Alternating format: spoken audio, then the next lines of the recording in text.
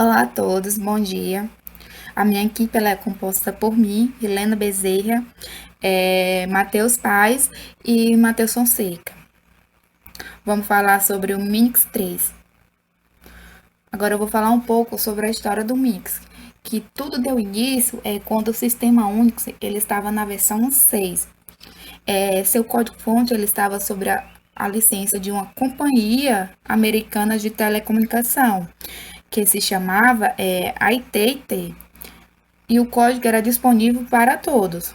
Mas a companhia, ela percebeu que possuía um produto comercial valioso. E foi então que, quando lançou a versão 7, ela possui uma licença que proibia o código-fonte de ser estudado em cursos universitários. A partir disso, de muitas universidades ficar sem usar Unix, ele só ensinava apenas a teoria para os alunos e fez com que os alunos ele não tivessem conhecimento suficiente sobre o que seria um sistema operacional. Inconformado com isso, com essa situação, André Sturt decidiu escrever um novo sistema operacional do zero, o qual seria compatível com o Unix do ponto de vista do usuário, mas totalmente, completamente diferente por dentro. Ele não usou nenhuma linha de código do Unix. Ele desenvolveu um sistema que podia ser usado para aula ou para estudo individual. Esse sistema recebeu o nome de Mix e ele foi lançado em 1987, com seu código-fonte completo, para qualquer pessoa pudesse estudar ou modificar.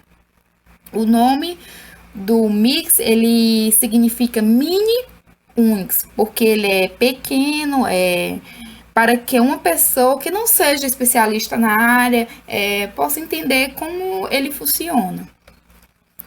O Mix ele foi projetado para ser compatível com a versão 7 do Unix, devido à sua alta elegância do sistema.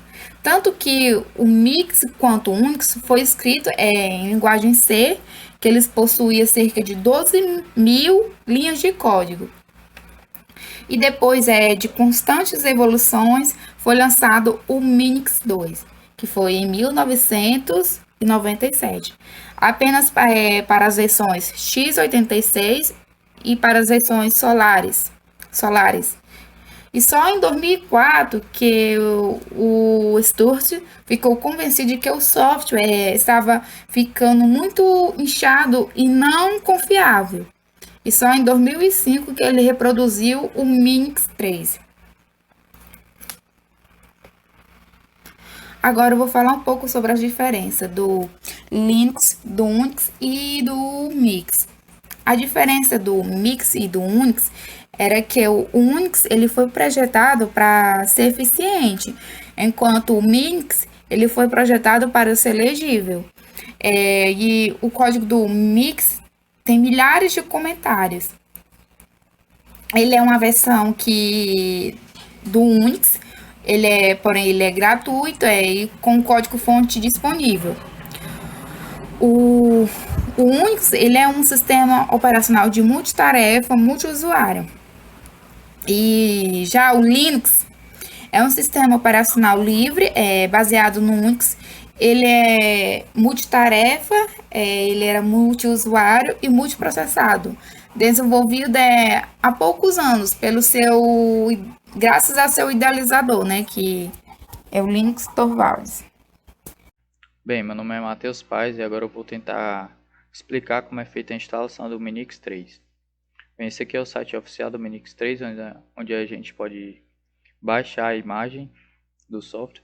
A gente pode baixar tanto por torrent como diretamente no navegador. A versão atual é a 3.3.0. Depois que a gente baixa a imagem do software, a gente pode vir numa máquina VirtualBox. Eu já deixei pré-configurado aqui para começar a instalação. A gente vai iniciar. Eu já selecionei a imagem. Aqui ele está iniciando a imagem do software. Aqui a gente seleciona um para selecionar a instalação regular do Minix 3. Aqui ele está nos dizendo que o login padrão é root para continuar a instalação. Agora a gente digita setup para continuar a instalação. Agora ele está nos mostrando algumas informações que no momento não são muito pertinentes, então a gente só continua com Enter. Agora ele pede para a gente selecionar o tipo do nosso teclado, né? Que no caso é a BNT2. Agora ele pergunta se a gente quer particionar a nossa instalação, criar vários discos ou ir automaticamente com um disco só, né? No caso a gente vai continuar automaticamente.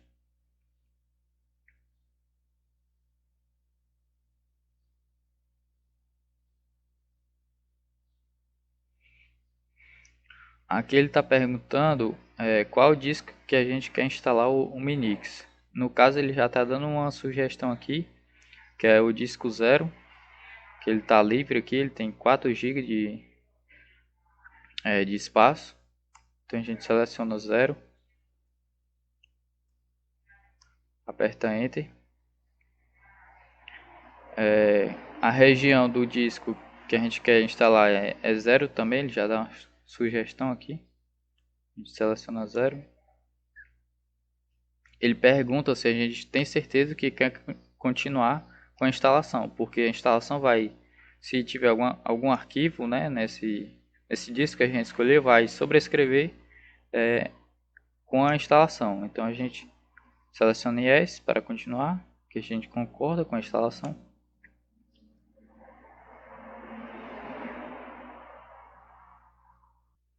Bem, aqui ele está nos perguntando quanto de memória a gente quer disponibilizar para a instalação do sistema. No caso aqui ele está dando uma sugestão de 685 MB. Ele pergunta se a gente tem certeza disso. Digita Y, que é Yes.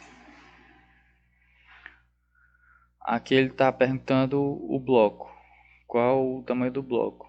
No caso é 4. A gente só digita 4 e continua. Aqui ele já começou a instalação do sistema operacional. Pode demorar um pouquinho. Se demorar eu vou cortar no vídeo. Pronto, terminou de instalar o sistema operacional. Agora ele nos pergunta qual é o drive de internet que a gente quer utilizar.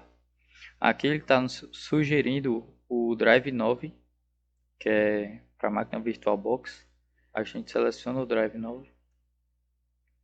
Ele pergunta se a gente quer deixar automático o DHCP ou quer fazer a configuração manualmente. No caso aqui a gente vai continuar automaticamente. Pronto, agora terminou a instalação.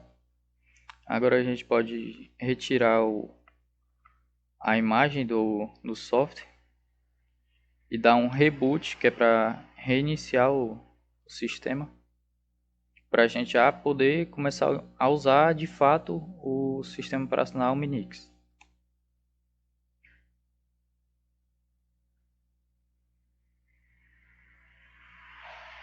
Ele está reiniciando aqui, daqui a pouco a gente volta. Bem, voltamos aqui com a reinicialização do sistema. Ocorreu um equívoco da minha parte porque a versão 3.3 ela não suporta o GUI, que é a interface gráfica do usuário. Aí com isso eu tive que baixar a versão 3.4, que ela não tem no site oficial. Mas é o mesmo processo de instalação, são os mesmos comandos, tanto para a versão 3.3 como para a versão 3.4. Agora vamos dar início o tópico conhecendo o Minix com o Shell e o GUI. Aqui a gente já está com o sistema pronto para ser usado. Vamos inicializar aqui o sistema com login root. Um primeiro comando que a gente pode utilizar é o ping -c3 www.google.com para ver a velocidade da nossa internet, como é que tá a transição dos pacotes. Outro comando que a gente pode utilizar é o echo export tz igual a America barra Fortaleza barra etc barra rc.timezone, que é para exportar para nós a data mais próxima que a gente pode utilizar, né? No caso aqui, ó, a gente tá na data certa agora. Bem, agora a gente vai fazer a atualização de alguns pacotes para conseguir utilizar a interface gráfica do Minix. O comando é pkgin updates. Ele começou aqui a fazer a atualização de alguns pacotes. Depois do comando pkgin updates, a gente pode usar o comando pkgin sets, que ele vai carregar outros pacotes. Pergunta se a gente quer continuar assim. Agora ele está baixando outros pacotes essenciais. Vai demorar um pouco, então eu vou cortar o vídeo aqui. Quando terminar eu volto. Bem, terminou aqui de baixar os pacotes. Ele pergunta se a gente quer continuar. A gente quer continuar. Agora ele vai estar baixando mais pacotes ainda. Não sei se vai demorar, eu vou deixar aqui, eu acho que não. Terminou aqui mais uma parte do download. Ele pergunta se a gente quer prosseguir. A gente quer. Agora ele vai baixar mais ainda. Mais pacotes. Vamos deixar ele baixando aqui. Se demorar eu corto no vídeo. Demorou um pouco aqui o download. Agora a gente vai instalar o Nano.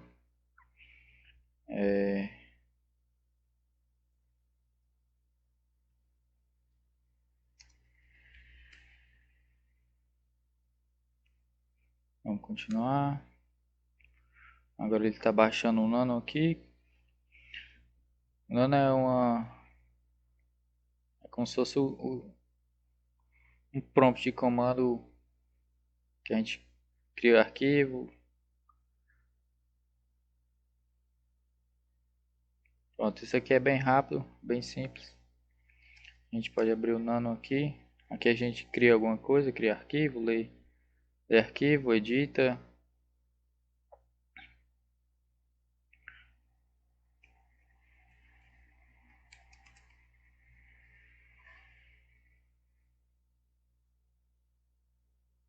Salva no Ctrl X. Não, para o arquivo teste nano. Pronto. Bem, depois de utilizar o Nano, a gente pode iniciar agora a interface gráfica do Minix. É uma interface gráfica bem simples, como eu não estou habituado a mexer, né? É um pouco complicado, mas é bem simples a interface. Só algumas caixas de texto. A gente digita comandos aqui dentro. A gente está o comando aqui date para ver a data, que é a data de hoje. A hora não tá certa, eu acho que é o fuso horário que tá errado, tá 3 horas de diferença agora.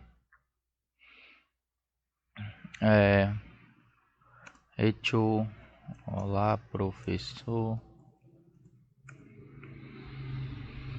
Bem, aqui eu acho que é onde a gente dá os comandos para fazer as atividades, tarefas, tudo aqui no interface gráfica. Aqui é outra caixinha de texto do mesmo jeito dessa. A gente pode minimizar aqui. A gente pode formatar aqui do jeito que a gente quiser. Aqui tem um relógiozinho.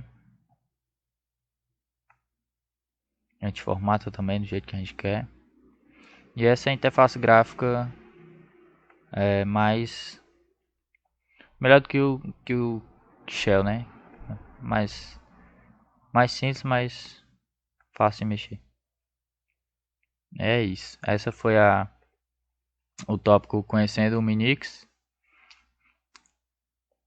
E é isso. Obrigado.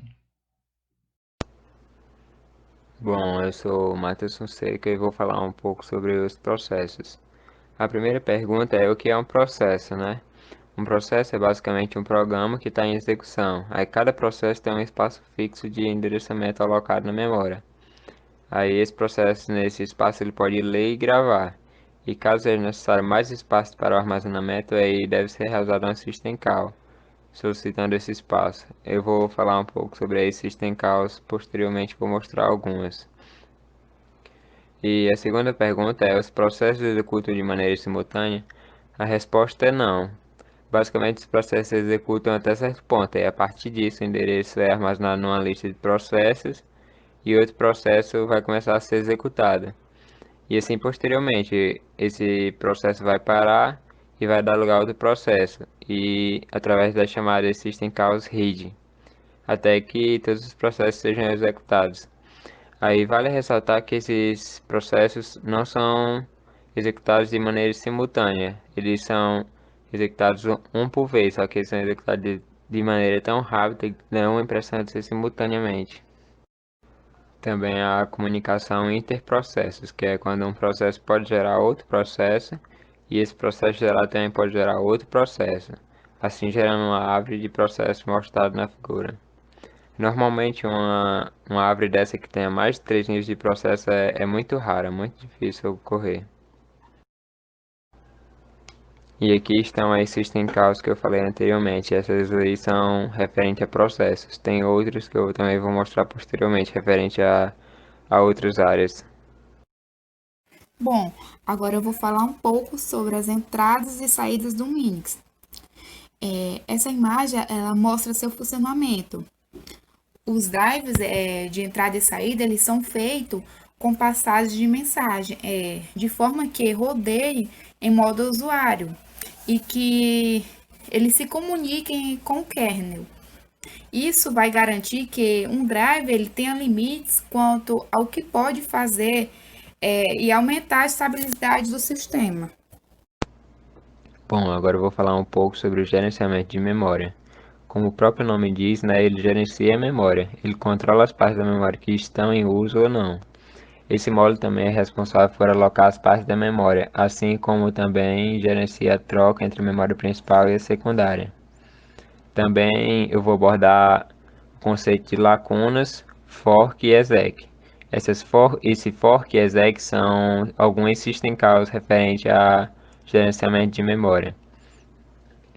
Bom, o gerenciamento de memória no Minix é baseado em lacunas, onde quando é solicitado um espaço na memória através das chamadas system calls e fork e exec, que eu já falei, é percorrida uma lista de lacunas. Essas lacunas são organizadas em uma lista encadeada simples, ou seja, uma lacuna aponta apenas para a sua lacuna posterior, mas não para a sua anterior. Até aí ele vai percorrendo essa lista até encontrar a primeira disponível, que suporte o tamanho da instrução solicitada. Esse método se chama First Fit. E eu também quero abordar o conceito de paginação e swap. O Minix não faz uso nem da paginação nem do swap no seu gerenciamento de memória, embora até que o swap esteja disponível, só que ele é inativo. O porquê desse sistema operacional não utilizar a paginação nem o swap é simples. Foi porque ele foi projetado para um IBM 8088, que nem sequer tinha um MU, o que já impossibilitava de vez o uso da paginação. Bom, paginação é basicamente um esquema de gerenciamento de memória, no qual o computador armazena e recupera os dados de um armazenamento secundário, que no caso é um HD, né, para uso na memória principal. Já o swap é como se fosse uma extensão da memória principal, só que na memória secundária, é como se fosse uma extensão da RAM no HD. Aí dá para saber que é bem mais lento, né, essa extensão do swap. E por saber que o Minix é um sistema de grande portabilidade, ele se encaixa muito bem em sistemas embarcados, como o DVD e tal. Agora eu vou abordar o último tópico, que é o gerenciamento de arquivos. E primeiramente eu quero abordar o conceito de diretório. Assim como hoje, o conceito de diretório também estava presente no Minix, que nada mais é do que uma maneira de agrupar os arquivos para gravação, leitura, remoção, entre outras opções. Aí, para fazer essas coisas, são fornecidos system calls que gerenciam esses arquivos. E vale ressaltar que um diretório pode armazenar outro, assim como hoje também pode uma pasta armazenar outra e outra, assim organizando todo o diretório, formando uma árvore de arquivos, que eu vou mostrar posteriormente também numa imagem.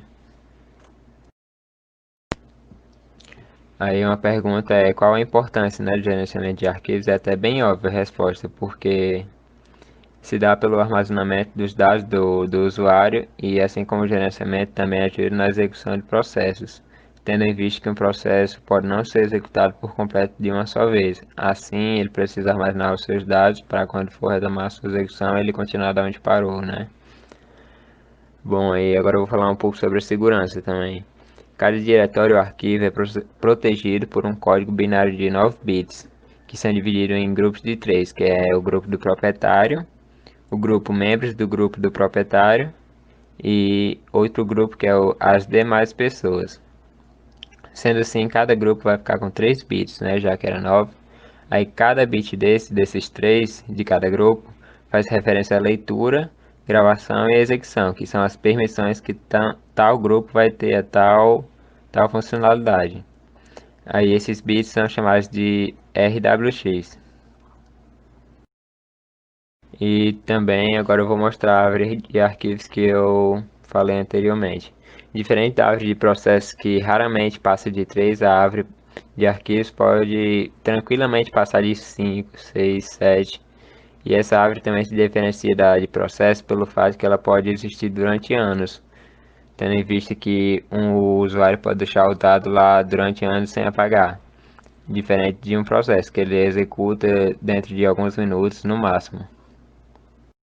E aqui são alguns system calls referente ao gerenciamento de arquivos.